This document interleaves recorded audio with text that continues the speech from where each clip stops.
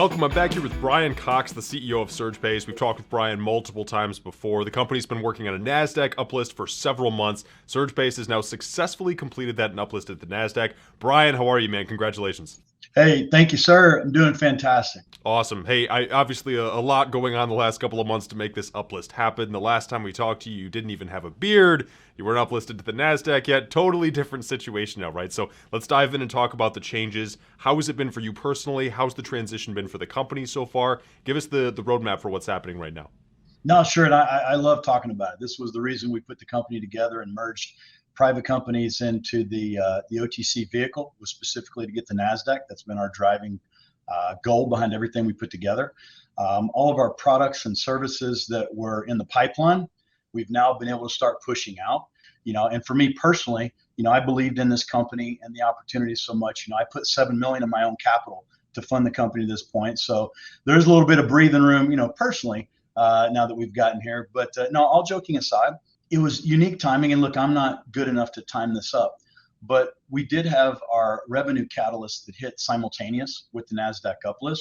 Our MVNO, which is our mobile broadband company, is doing fantastic. Alone by itself, the gross revenue from that one subsidiary is covering all of our operational overhead. So I think we're well positioned going into 2022 to be able to start beating our chests and talking about the fintech company servicing the underbanked, and at a time where we don't have to describe what the underbanked is. Most of us in our company have been in this sector for 20 years. It's a mainstream word now. To be able to go out there and say, hey, we're one of the few companies at a grassroots level that's making a difference, working with these C stores, corner stores, community stores, tiendas, and providing these essential products and pretty much turning these community stores into the quasi technology heartbeats of these communities. And we're not burning capital to do it. We're actually making money, and we're taking steps in the right direction and progress. And you're going to see some really cool things we'll be rolling out that we've been working on for several years that now we can push. That's awesome. We covered a lot of ground there, a lot of interesting and exciting things all on the horizon. We went through a lot. We're going to talk through a couple of the specific details there and some things that we find particularly interesting as well. But talking with regard specifically to the EBB program and moving things forward there, the last press release mentioned the majority of enrollments coming from Tennessee and Mississippi. Surge Wireless is approved in 14 states. What comes next on the EBB enrollment side? People that know my background know that I made my first run of accomplishment, I guess if you want to call it that, in telecom. So I understand scaling telecom. I understand scaling wireless companies. We are going guns blazing. We're now encroaching. I think, let's see, we should hit 30,000 customers ballpark by the end of the year.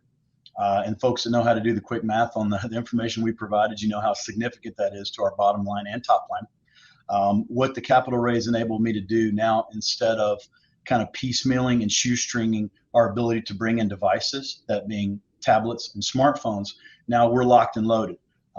We've got about 25,000 devices on hand. We're bringing on salespeople as fast as we can. We opened up California, Florida, Texas, and quite a few other states. I'm also aggressively looking at opportunities to acquire other companies in the space so that we can acquire leaps and bounds other states. We know this is a land rush and a gold rush simultaneous. First person to get the customer usually attains the customer and holds them. So for us, it's been a significant revenue catalyst. We're also excited to see that the EBB, which stands for Emergency Broadband Benefit, was put in place as a permanent program, the Affordable Communication Program. So this is something going forward. It's not temporary, and it's going to be a fantastic add-on to our offering of being able to achieve our goals, which are the underbanked market, life-enhancing products. Now, uniquely, we're going to be at the stores where they shop and in their hands at home. So we feel like we're going to have our tentacles in both of the, let's call it the commercial ways to impact the underbanked lives. What are they looking at in their hands while they're sitting at home on the couch, and where they shop? Who's in front of them? We're going to be in both places. So we're really excited about moving forward and being able to impact this market and being on the forefront at a grassroots level with this market. Okay, fantastic. Two other things we want to dig into details-wise. Talk to me about the crypto side of things a little bit more. You referenced it in that opening dialogue, but talk to me about the implementation of the cryptocurrency side of things and what that roadmap looks like for expansion. Hey, I love the question, and now I can more talk about it freely. 4 years ago, in my first press release as CEO of the company, I mentioned that we were building a 2.0 version of our fintech platform that would incorporate blockchain. So we've been building the plumbing, if you will, for this all along. It just hasn't been the right timing to talk about it. So to be able to use digital currency. So in other words, using a QR code, a guy that doesn't have a checking account be able to walk in, use a QR code, and walk out with a bag of Doritos and coffee. That was my goal all along. We've been working on it behind the scenes. We use products to get in that store, to gain trust of the store. We're in their checking account, reconciling with them every single day, no different than MasterCard or Visa. It's only a natural progression for us to be able to incorporate digital currency. Again, keep in mind, we are giving that store an entire underbanked suite of products, whether it's payments, topping off their prepaid wireless, adding value directly to their apps now, bypassing the old debit card where you had to go get a debit card, then load the debit card, then add the debit card to an app. Now they're able to load apps directly, such as Amazon, such as iTunes, using our platform at the store. And I can't stress this enough. We don't use ATMs in the store to do it. We go directly to the store.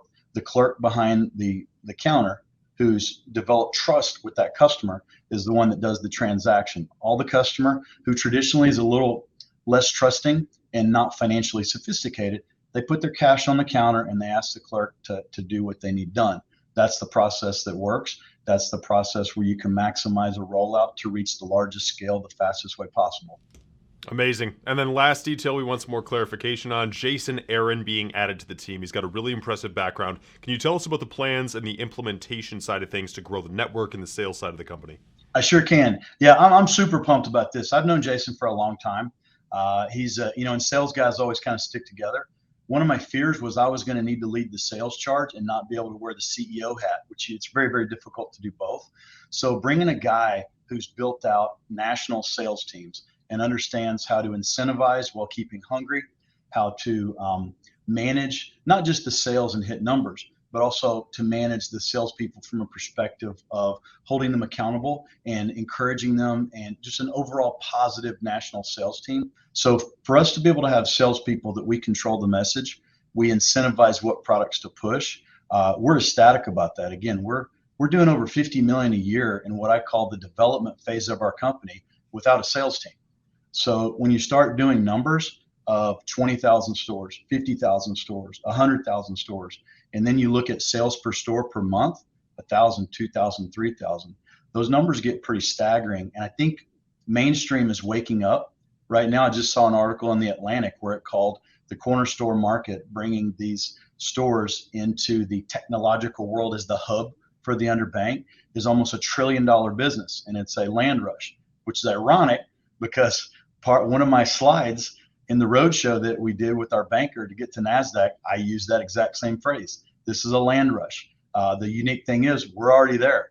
We're like the Sooners. We've been doing this for 20 years. We're already there. We've got the support built, the platform built, the product's ready, and we're implementing it right now. So to be ahead of the game and to be one of the leaders in the market, not just subject matter experts on the underbanked, but to be able to utilize that at a grassroots level. Again, as you know, we're out here in the field. We're working with the underbanked. We're not off in big buildings separated from the underbanked trying to use influencers to get sophisticated underbanked. We're out where the real underbanked, that 100 million person market is, and operating. And we're using the existing framework of that community store that's already got trust built to deliver our products, and listing that store ultimately as our partner to reach the underbanked and to hit some big numbers. Awesome. Cannot wait to watch all of that come together. Really, really exciting news. And obviously, again, congratulations on the uplisting to NASDAQ, the capital infusion, and all the other things you guys have in the works and irons in the fire. You guys have a lot of growth in front of you. Brian Cox, CEO of SurgePays. Thanks for being here, man. Hey, I've enjoyed it. Look forward to next time.